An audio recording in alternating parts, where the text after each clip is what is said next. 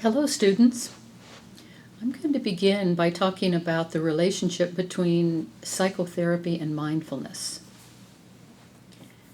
I want to share with you a few concepts from an interesting book by Mark Epstein called Thoughts Without a Thinker.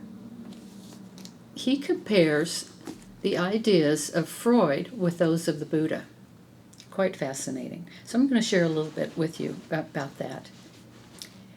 According to Epstein, Freud and the Buddha had a common central tenet, and that was that the fear of experiencing ourselves directly is what creates suffering.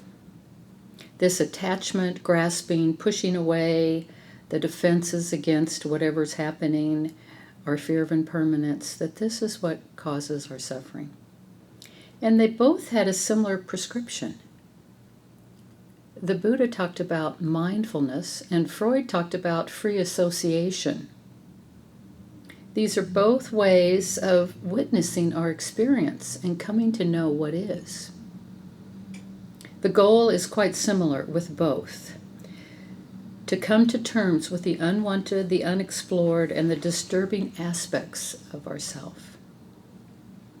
Epstein says this about how mindfulness practice helps.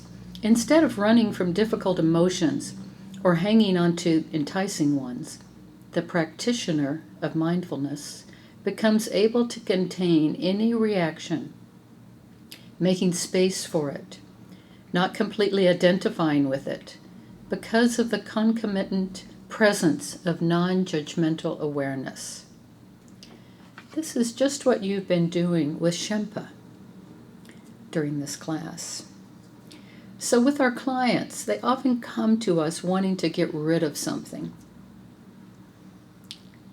about them that they don't like, that they think that you might help them get rid of. And this is actually the central problem, the wanting to get rid of and rejecting of the self.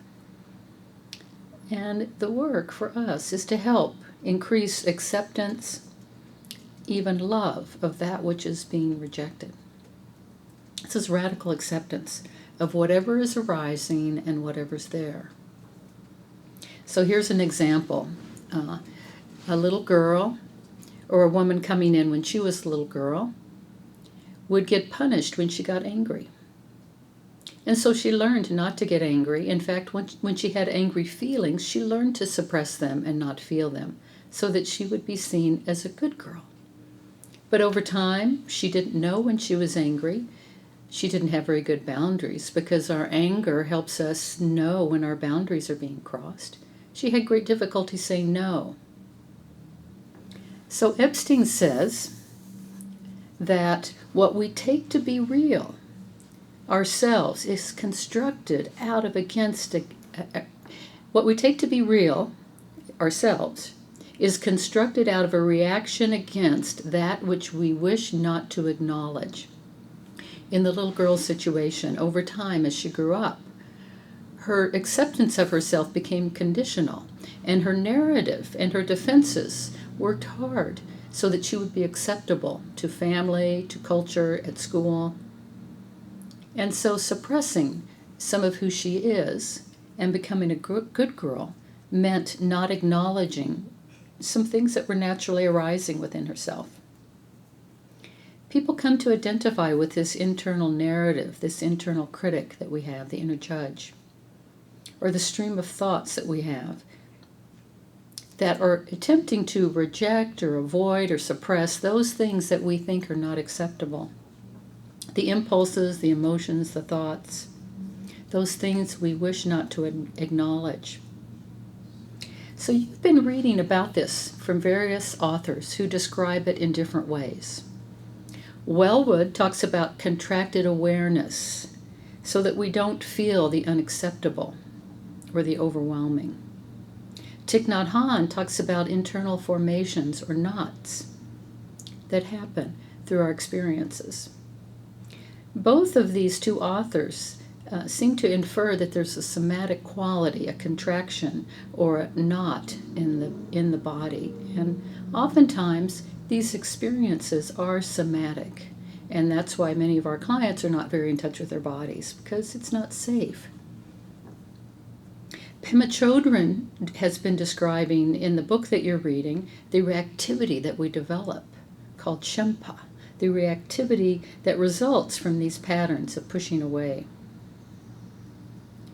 So with Shempa, as well as with psychotherapy, if we can explore what's happening, if we can open up and be mindful and present with what is there, instead of the quick reaction, the quick judging of oneself, the quick pushing away, then we begin to see what's there. And over time, with radical acceptance, we open up to it and no longer are judging or suppressing it. So the work relates to radical acceptance, being able to be with whatever is arising. An African healer said it this way: to be like the ocean that refuses no river. To be like the ocean that refuses no river. To be able to accept all that arises within you, and perhaps outside of you as well. Not refusing or judging or blocking your experience. There's a lovely little quote by Rilke at the end of John Wellwood's article that you read this week. I'm going to repeat it. Perhaps everything that frightens us is in its deepest essence something helpless that needs our love. A helpless part of ourselves that's locked away, that needs to be experienced and loved and not made bad or wrong. Just like with the little girl, the angry part of herself, to be understood and loved and appreciated, not rejected or locked away. So I want to mention a few concepts from a psychoanalyst named David Winnicott, because he too describes the process of psychoanalysis in ways that sound to me like mindfulness. Winnicott described what he called the holding environment. He likened this to what is required in therapy, but also between the mother and the child, what the mother does to create a safe environment for the child. He says, and the safe environment that results in a safe and trusting experience for the child. He describes the child.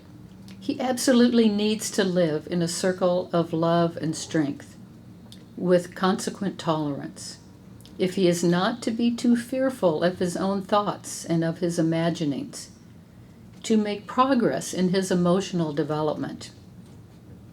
So here, love and tolerance, we might also describe this as kindness and acceptance, allows one to be able to be with what arises and to develop emotionally.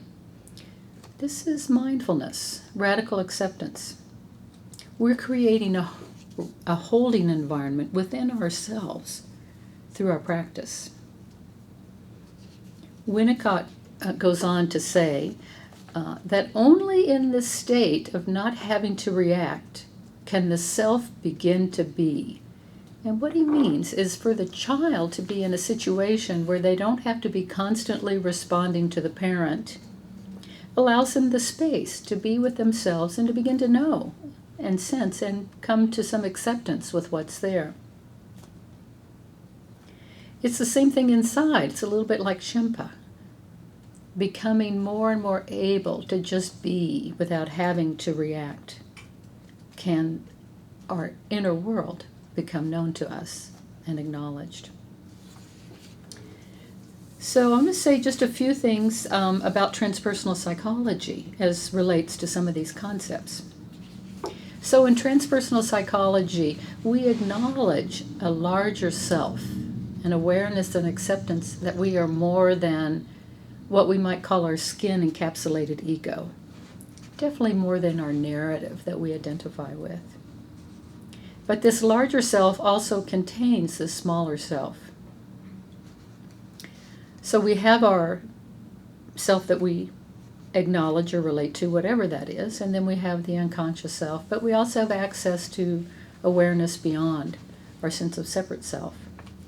So we see this in several different transpersonal approaches. The first one is that I'll mention is the 12-step movement, going through the 12 steps to work with addictions. So in 12 steps, that one of the earlier steps is to acknowledge one's powerlessness. And if you think about this from the concepts we've been talking about, it's coming to realize that that defensive self that's trying to avoid and push away reality, oftentimes here with addiction, perhaps by drinking,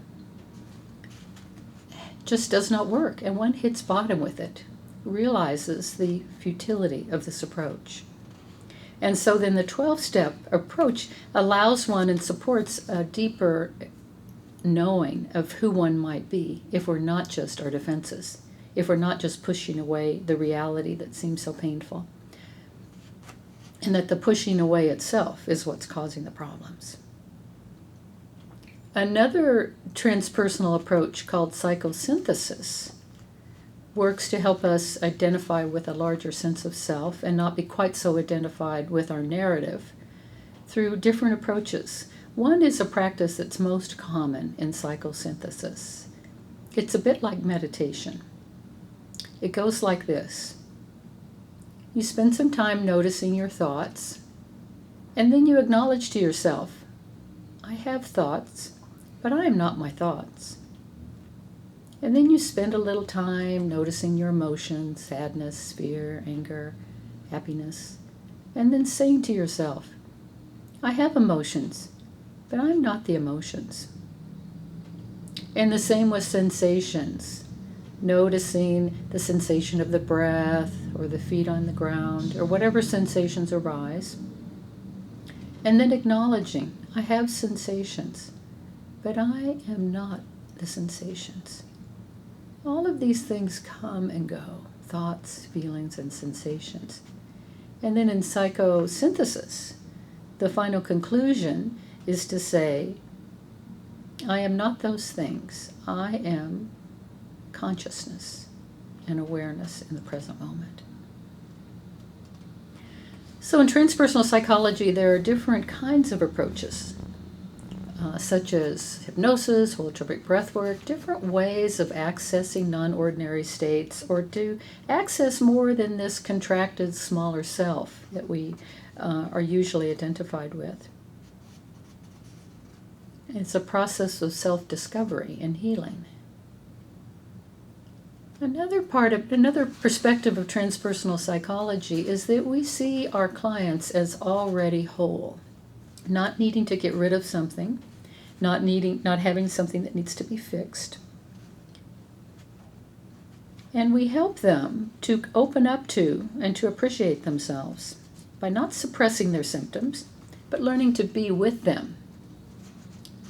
Just like Marcus Aurelius said, the obstacle is the way. The symptom is usually the beginning of the healing process. So clients learn to be accepting of and aware of sensations and emotions and develop the capacity to hold them and open to them, even love them, as they love the smaller wounded self. To be like the ocean that refuses no river. So, our work as transpersonal therapists is to continue our own healing, to make our unconscious conscious, to make our blind spots conscious, to continue to heal personal, racial, and intergenerational trauma, perhaps even planetary trauma, to overcome the us and them dualistic way of thinking, or when we do fall into it, to have kindness to ourselves and to realize that that was just a momentary delusion. And finally, to keep working on ourselves. This is the work of a lifetime. We don't ever arrive somewhere. We don't give up growing. We don't give up becoming more and more mindful. We continue the process of awakening. Well, thank you for listening to this segment.